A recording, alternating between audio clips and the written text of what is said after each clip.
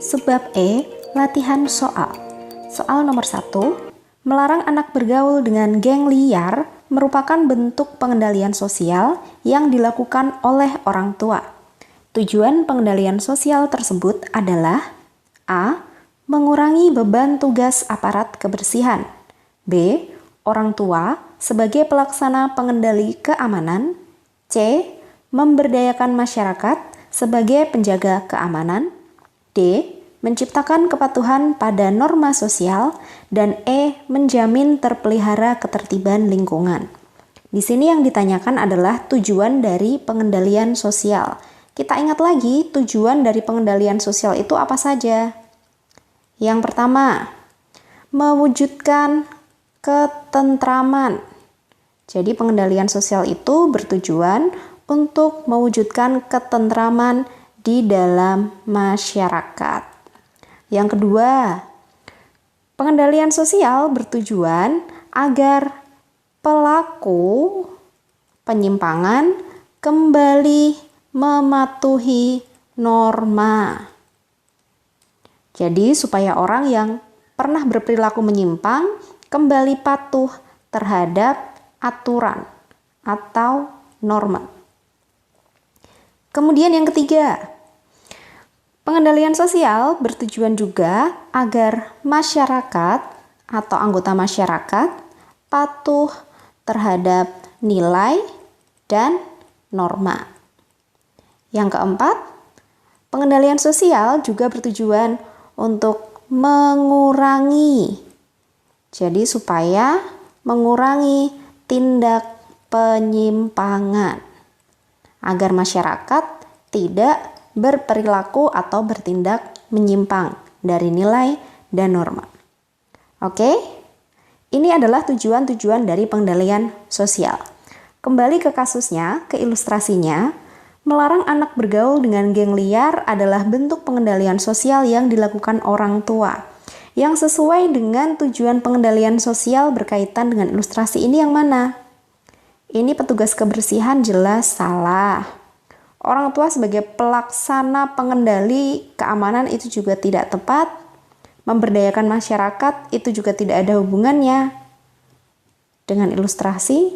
Nah, yang paling tepat adalah yang D. Menciptakan kepatuhan pada norma sosial agar masyarakat patuh terhadap norma sosial. Sesuai dengan konsepnya ya. Bisa dipahami?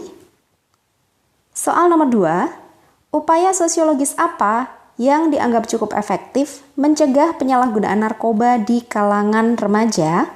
A. Peningkatan kesadaran beragama. B. Konsultasi klinis pecandu narkoba. C. Rehabilitasi mental pecandu narkoba. D. Kriminalisasi pecandu narkoba. Dan E. Penguatan kelompok anti narkoba. Kita garis bawahi kata kuncinya. Yang ditanyakan adalah upaya untuk mencegah. Yang ditanyakan adalah upaya untuk mencegah supaya tidak terjadi penyalahgunaan narkoba di kalangan remaja. Pencegahan berarti upaya yang dilakukan sebelum terjadi penyimpangan. Istilahnya apa, masih ingat gak? Istilahnya adalah preventif. Oke? Pengendalian sosial preventif, yaitu dilakukan sebelum terjadi penyimpangan, fungsinya untuk mencegah supaya tidak terjadi penyimpangan. Kira-kira upaya apa yang kemudian tepat untuk mencegah penyalahgunaan narkoba, terutama di kalangan remaja ya? Di sini yang ditanyakan adalah di kalangan remaja. Peningkatan kesadaran beragama, ini masih mungkin. Konsultasi klinis pecandu narkoba, kalau ini berarti sudah terjadi penyimpangan ya. Rehabilitasi itu juga sudah terjadi penyimpangan, berarti ini termasuk represif. Ini juga represif. Kriminalisasi pecandu itu juga tidak tepat. Penguatan kelompok anti narkoba ini juga masih mungkin. Nah, kemudian mana yang lebih tepat antara A dan E? Kita kembali ke soalnya, yang ditanyakan adalah kalangan remaja. Mana kira-kira yang lebih efektif untuk mencegah terjadinya penyalahgunaan narkoba? Yang lebih tepat adalah yang A. Peningkatan kesadaran beragama, karena ini sifatnya lebih subjektif ya. Sedangkan penguatan kelompok anti narkoba itu nanti belum menyeluruh biasanya. Jadi lebih tepat yang A. Peningkatan kesadaran beragama. Soal nomor 3. Bentuk pengendalian sosial yang bersifat informal dan positif. Pada umumnya adalah 1.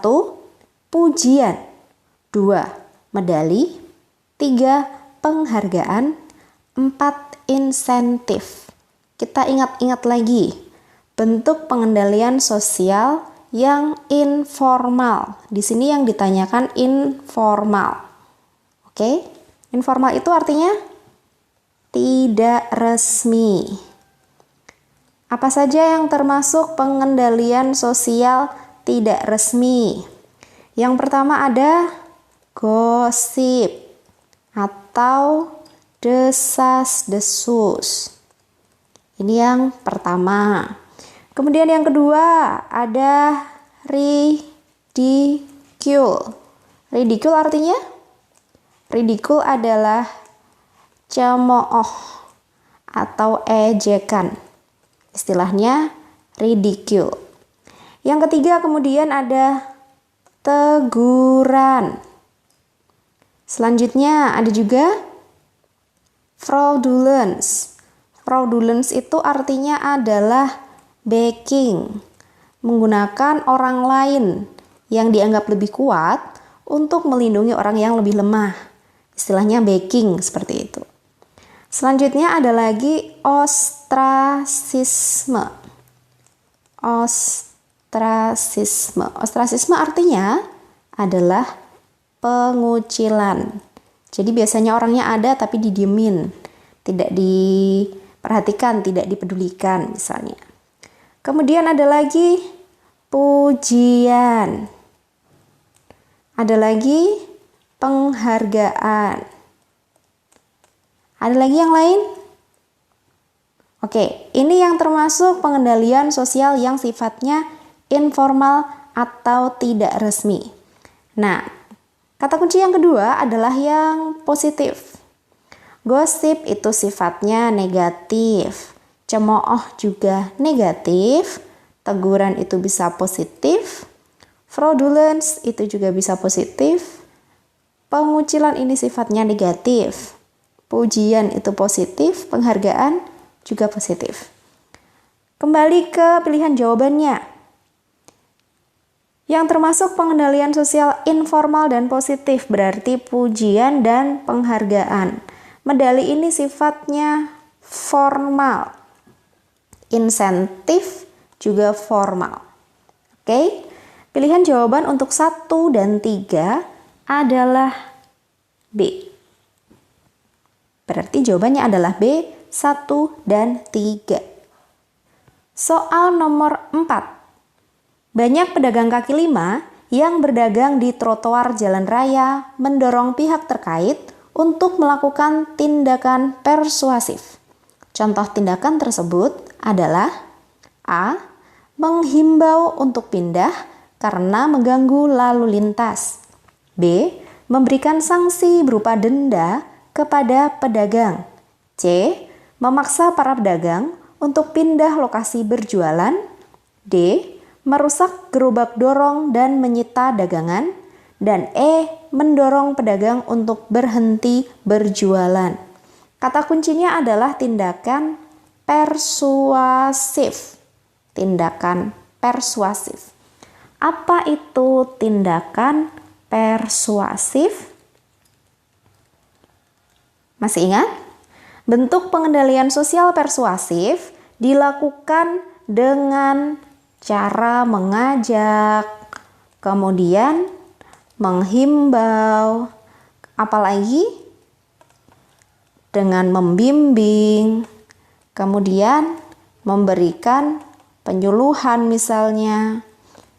Jadi intinya yang namanya tindakan persuasif adalah tindakan-tindakan yang dilakukan tanpa paksaan, dengan cara mengajak, menghimbau, membimbing, mengarahkan masyarakat, memberikan penyuluhan, memberikan sosialisasi, itu termasuk perbuatan yang persuasif tanpa paksaan. Oke? Tanpa paksaan. Bisa dipahami? Berarti mana yang termasuk tindakan persuasif? Menghimbau. Nah, jawabannya sudah jelas. Yang A. Menghimbau untuk pindah karena mengganggu lalu lintas. Yang lain sanksi itu jelas bukan persuasif. Memaksa, merusak, kemudian mendorong untuk berhenti, itu tidak termasuk tindakan yang persuasif. Oke? Soal nomor 5. Keluarga sebagai salah satu lembaga pengendalian sosial yang cukup efektif bagi anak-anak dan remaja untuk menghindari perilaku menyimpang. Kontrol sosial yang diterapkan tersebut bersifat 1. Efektif, 2. Positif, 3. Informal, dan 4. Negatif. Di sini yang ditanyakan adalah keluarga.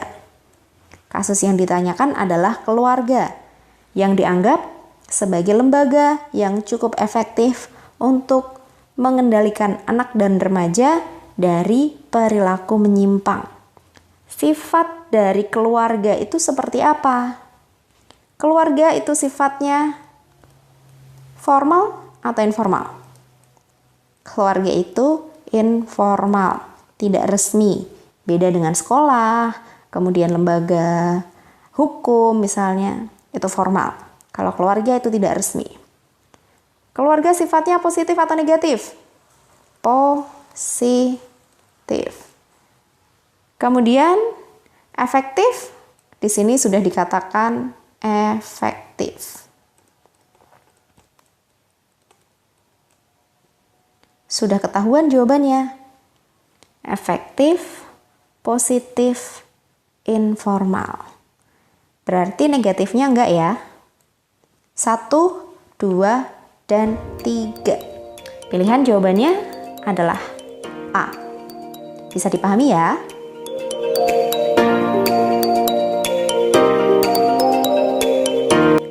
Soal nomor 6. Jenis lembaga pengendalian sosial berikut ini yang dipandang kurang efektif adalah 1. Pendidikan, 2. Hukum, 3. Teguran, 4. Gosip. Kita ingat lagi jenis-jenis pengendalian sosial. Jenis lembaga pengendalian sosial itu dibagi menjadi 2. Ada nanti pengendalian yang sifatnya formal, ada pula yang sifatnya informal. Kita ingat-ingat lagi. Apa saja yang termasuk pengendalian formal? Yang pertama, ada hukum. Hukum-hukuman. Yang kedua, ada pendidikan. Ketiga, ada juga agama. Lalu yang informal, yang pertama ada gosip atau desas-desus. Yang kedua ada juga ridicule atau ejekan. Yang ketiga ada juga bentuk teguran, baik lisan maupun tertulis ya. Kemudian ada juga fraudulence atau menggunakan backing, menggunakan orang yang lebih kuat. Selanjutnya ada ostracisme. Kita biasakan menggunakan istilah ya, supaya nanti ketika ketemu dengan istilah ini tidak lupa, tidak bingung. Ostracisme istilahnya pengucilan. Ada juga pujian dan penghargaan. Ini yang termasuk pengendalian informal. Oke, di sini yang ditanyakan adalah yang dipandang kurang efektif. Dari pilihan jawaban pendidikan itu apakah kemudian dianggap kurang efektif? Dia efektif karena langsung ke objeknya. Hukum itu juga jelas, efektif, jelas sumbernya. Karena hukum sifatnya formal dan tertulis. Jelas ya. Ketika nomor 1 benar, nomor 3 berarti tentu saja juga benar. Teguran. Oke. Teguran itu juga langsung kepada objeknya. Nah, yang kemudian dipandang kurang efektif di sini adalah gosip. Kenapa gosip dipandang kurang efektif? Karena gosip itu sumbernya biasanya tidak jelas. Gosip itu sumbernya tidak jelas. Bahkan gosip itu seringkali tidak berdasarkan kenyataan atau tidak berdasarkan kebenaran. Karena kadang-kadang yang namanya gosip itu di sini ditambah, di sana dikurang. Seperti itu. Sumbernya tidak jelas dari mana, kemudian seringkali tidak berdasarkan kenyataan. Biasanya berita seperti ini, gosip ini menyebarnya lebih cepat. Karena itu tadi, dari mulut ke mulut, yang kadang ditambah, kadang dikurang. Dan seringkali tidak tertuju langsung ke orangnya, kayak gitu. Jadi, karena tidak langsung disampaikan ke yang bersangkutan, biasanya gosip ini dianggap kurang efektif. Bisa dipahami ya? Jawaban 4 saja adalah D. Soal nomor 7, jika seorang pelajar melakukan pelanggaran seperti mencontek, membolos, atau merokok di lingkungan sekolah, maka yang berhak untuk mengendalikan pelanggaran tersebut adalah 1. Kepala sekolah, 2. Guru BK, 3. Guru, 4. Teman. Di sini yang ditanyakan adalah mencontek, membolos, merokok di lingkungan sekolah. Kasusnya adalah di lingkungan sekolah.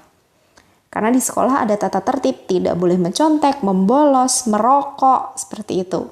Minum-minuman keras, narkoba, itu semua ada tata tertibnya di sekolah. Tidak boleh dilakukan. Berarti lembaga mana yang berhak untuk mengendalikan terjadinya pelanggaran itu? Kepala sekolah? Oke. Guru BK? Juga oke. Guru? Iya. Bagaimana kalau teman? Apakah kemudian teman berhak untuk mengendalikan pelanggaran tersebut? Di sini teman juga bisa berperan dalam proses pengendalian sosial. Teman itu juga bisa menegur, juga bisa memberikan nasihat. Jadi teman juga bisa menjadi lembaga untuk mengendalikan pelanggaran. 1, 2, 3, 4. Pilihan jawabannya adalah E. Lembaga apa lagi yang berhak untuk mengendalikan pengendalian sosial tetapi lebih umum di masyarakat? Lebih luas. Mari kita ingat. Ada kepolisian, kemudian ada kejaksaan. Yang ketiga, ada pengadilan, ada lagi tokoh masyarakat, ada lagi lembaga adat. Nah, ini yang ada di masyarakat. Tetapi tidak menutup kemungkinan untuk lembaga-lembaga lain seperti keluarga tadi, seperti guru, dan lain sebagainya. Tergantung nanti penyimpangannya terjadi di mana. Oke? Soal nomor 8. Untuk memberikan efek jera kepada orang yang melakukan penyimpangan, salah satu cara yang tepat adalah menginformasikan terjadinya penyimpangan melalui media massa dan media sosial lainnya. Sanksi seperti itu dapat dianggap cukup efektif karena A. Memberikan tekanan sosial yang berakibat negatif. B. Mempermalukan seseorang di hadapan orang banyak. C. Bersifat preventif agar tidak terulang lagi penyimpangan yang sama. D. Bersifat koersif karena dilakukan melalui kekerasan. E. Mengintimidasi orang yang dianggap menyimpang. Di sini kasusnya adalah orang yang berperilaku menyimpang kemudian diberitakan atau diinformasikan penyimpangannya itu melalui media massa maupun media sosial yang lain. Kita ambil contoh misalnya artis yang tertangkap sedang pesta sabu misalnya. Kemudian diberitakan di media sosial, kemudian diberitakan melalui televisi dan lain sebagainya. Nah, sanksi seperti itu dianggap cukup efektif. Kenapa? Apakah A memberikan tekanan sosial? Tekanan sosialnya oke. Supaya dia tahu bahwa perilaku yang dilakukan itu salah. Tapi berakibat negatifnya yang tidak tepat. Kedua, mempermalukan seseorang. Nah, ini juga tidak tepat. Tujuan dari menginformasikan melalui media massa itu bukan untuk membuat malu, bukan untuk mempermalukan di hadapan orang banyak. Ketiga, bersifat preventif agar tidak terulang penyimpangan yang sama. Ini yang paling tepat.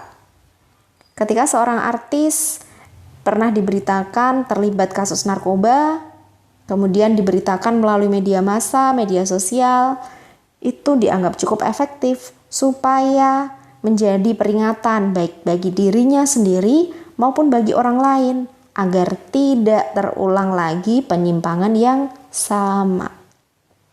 Oke? Yang D, kekerasan juga tidak. Yang E, mengintimidasi ini juga kurang tepat. Jadi, sudah paling benar yang C, bersifat preventif agar tidak terulang lagi penyimpangan yang sama. Soal nomor 9. Rina yang telah ditinggalkan suami mengharuskannya mencari nafkah untuk kebutuhan hidup bersama anak-anaknya. Dia menjaga sebuah klinik di malam hari, tapi pekerjaannya menimbulkan desas-desus dari tetangganya, sedangkan artis yang diduga terlibat narkoba digosipkan melalui media resmi seperti televisi. Ilustrasi di atas memberikan gambaran bahwa bila dibandingkan cara pengendalian sosial pada kedua keadaan tersebut adalah A. Hanya mempertimbangkan penting tidaknya pelanggaran norma, sehingga efektivitas pengendalian pada kedua kasus sama saja dan tanpa pengaruh berarti. B. Terdapat perbedaan dalam pengendalian karena yang mempengaruhi efektivitas pengendalian juga tergantung pada pelaku pelanggaran norma dan nilai sosial.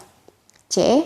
Pada kasus artis, pengendalian sosial lebih tepat karena sebagai figur publik perlu berhati-hati dalam bertindak dibandingkan kasus Rina karena kebetulan. D. Pengendalian sosial pada kedua kasus pelanggaran sama-sama tidak akan berjalan efektif karena berhasil dan tidaknya pengendalian tergantung pada fakta pembuktian, bukan sekedar gosip. E. Cara pengendalian pada kasus Rina bisa dikatakan lebih efektif status sosialnya yang rendah dibandingkan pada pelanggaran yang dilakukan artis yang relatif memiliki dukungan material dan sosial yang kuat. Soalnya cukup panjang ya, karena ini soal UN.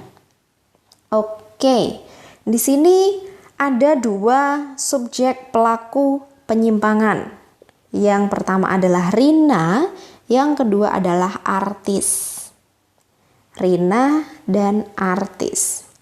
Rina ini dianggap menyimpang karena bekerjanya di malam hari, sehingga menimbulkan desas-desus dari tetangga. Sedangkan artis diduga terlibat narkoba. Itu digosipkannya melalui media resmi seperti televisi. Jadi kalau Rina itu digosipkan tetangga.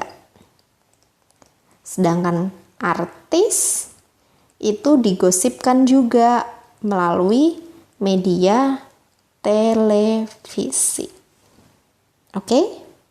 Jadi sama-sama gosip atau desas-desus, tapi Rina itu hanya dilakukan tetangganya, sedangkan artis itu melalui media resmi seperti televisi.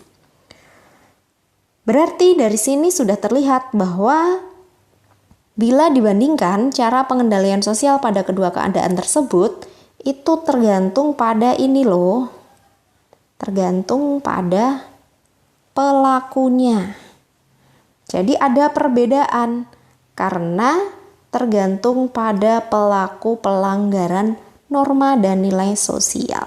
Jawabannya adalah B. Ketika Rina ini bukan public figure, bukan pejabat, digosipkan melalui media televisi kan juga tidak efektif juga. Orang-orang tidak kenal. Sedangkan ketika artis, pejabat, kemudian pemangku kebijakan, kemudian selebgram mungkin dan lain sebagainya, itu memang lebih sering digosipkannya melalui media massa, media televisi misalnya, kemudian media sosial, ada Instagram, Twitter dan lain sebagainya, karena itu dianggap cukup efektif. Mereka dikenal oleh publik, mereka dikenal oleh masyarakat secara umum. Jadi, beda pelaku, beda pula kemudian pengendalian sosialnya. Oke? Bisa dipahami ya? Beda pelaku, kemudian beda pula bentuk pengendalian sosialnya. Oke? Soal nomor 10, pengendalian ekstrinsik adalah pengendalian sosial yang bersumber pada 1. Dirinya sendiri, 2. Orang lain, 3. Hati nurani, 4. Nasihat dan saran. Berdasarkan sumbernya, pengendalian sosial itu dibagi menjadi 2. Ada pengendalian intrinsik dan pengendalian ekstrinsik. Intrinsik berarti sumbernya dari diri sendiri. Sedangkan ekstrinsik itu berarti dari luar atau dari orang lain. Kalau dari diri sendiri itu berarti dari hati nuraninya. Kalau orang lain itu nanti bisa berupa nasihat. Oke, yang ditanyakan di sini adalah pengendalian ekstrinsik. Sudah jelas, orang lain dan nasihat. Jawaban 2 dan 4 pilihannya adalah